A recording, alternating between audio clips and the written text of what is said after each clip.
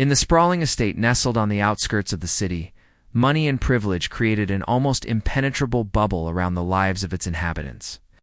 Among them was Jonathan Marlowe, a billionaire whose ventures had stretched across continents, his fortune built on both innovation and ruthless ambition. Yet despite all his wealth and connections, Jonathan faced a problem that no amount of money could solve.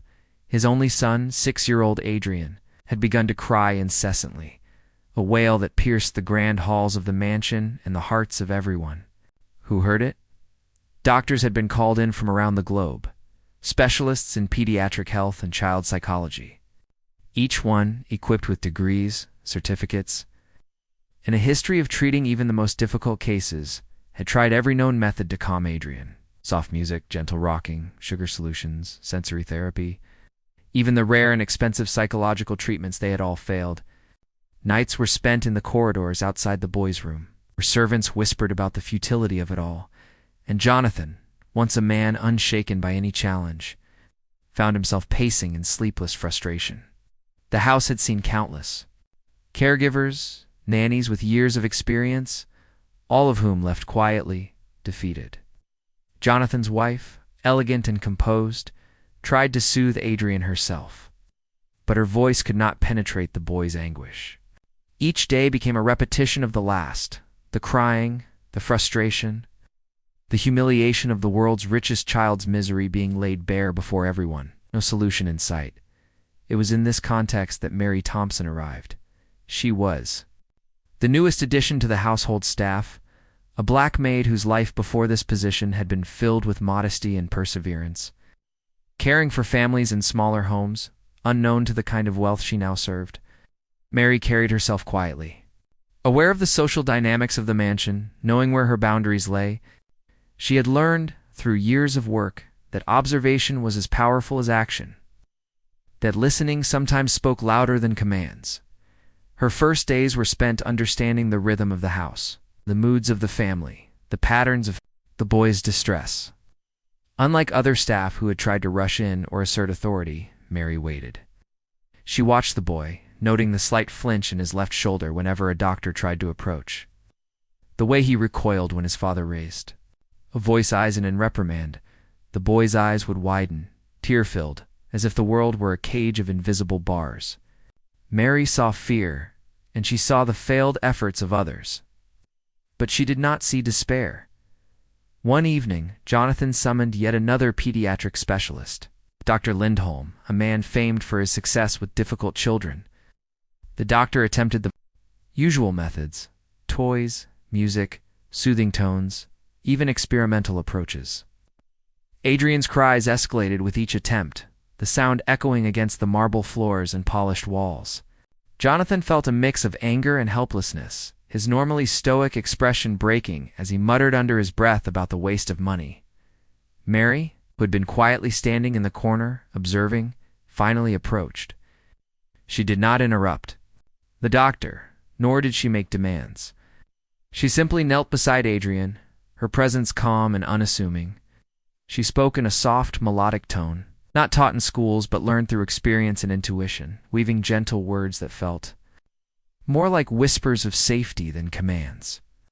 To everyone's astonishment, Adrian's cries began to subside. Ow. His small hands, once flailing in desperation, found her fingers, and for the first time in weeks, a glimmer of peace settled in his wide, fearful eyes. Jonathan and Dr. Lindholm watched in stunned silence as Mary continued, her approach a mixture of tenderness, firmness, and unspoken understanding. She did not rely on toys, techniques, or authority. Instead, she allowed Adrian to lead, to explore his own fears and needs, offering guidance only when necessary. Slowly, steadily, the boy's crying became occasional sobs, then soft whimpers, and finally, a quiet gaze. By the end of the night, Adrian had curled beside Mary on the plush rug, exhausted but calm, an image that seemed almost impossible a few hours before. The revelation of her success spread quickly through the household. Jonathan, a man who rarely acknowledged the value of anyone outside his business sphere, found himself humbled. He had spent millions, consulted dozens of experts, and yet it was Mary. The quiet, observant maid who had achieved what no doctor could. He felt a complex mix of gratitude, awe, and a reluctant respect for the simple human approach she had employed. Over the following weeks, Mary's influence grew not in authority, but in trust. Adrian began to respond to her presence with smiles and laughter, the kind of genuine joy that had been absent for months. Other staff observed in quiet amazement as the boy's mood transformed. The doctors, initially skeptical, eventually had to acknowledge her success, noting that some aspects of childcare transcended formal training and formal methods. Mary's approach was instinctive, a combination of empathy, patience, and subtle guidance, a reminder that wealth and expertise alone could not replace human connection. Jonathan, watching his son's transformation, reflected on the lessons he had overlooked. His empire, built on logic, strategy, and control, had offered him power over markets and men, but not over the human heart, especially the delicate emotions of a child. Mary's success revealed a truth that was both simple and profound. Some problems required presence, care, and genuine understanding rather than status. Certificates or money. Mary herself remained humble, never claiming heroism and never seeking praise. Her reward was the trust and affection of the boy and the quiet acknowledgement from a man whose life was otherwise measured in wealth and achievements.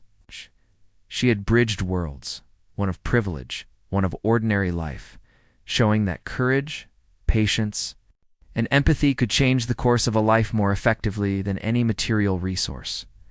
As months passed, Adrian thrived. The boy who had once wailed endlessly now played, laughed, and explored the world with curiosity.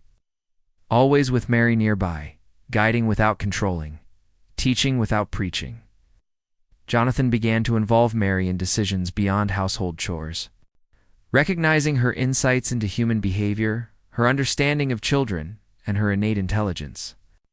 Their relationship evolved from employer-employee to one of mutual respect and admiration, each acknowledging the unexpected value the other brought to their lives in the broader context. Mary's story served as a quiet yet powerful lesson. It reminded those who heard it that sometimes the most profound solutions come from unexpected places, from individuals who operate outside conventional hierarchies, armed not with degrees or titles, but with compassion, observation, and patience. In the halls of the mansion, the echoes of Adrian's cries had been replaced by laughter, and the legacy of one humble maid's wisdom endured, forever altering the lives of those she touched. The mansion, once a place defined by wealth and status, had become, in part, a home shaped by understanding and genuine human connection. Jonathan never forgot the lesson. No amount of money could replace presence. And sometimes, the most extraordinary healing came from the most ordinary, overlooked hands. Mary's quiet strength and empathy had reshaped not only a boy's life, but also the perception of power and influence in a house built on billions. And in that transformation, the household discovered that real wealth was not just in material fortune, but in the bonds and trust between people.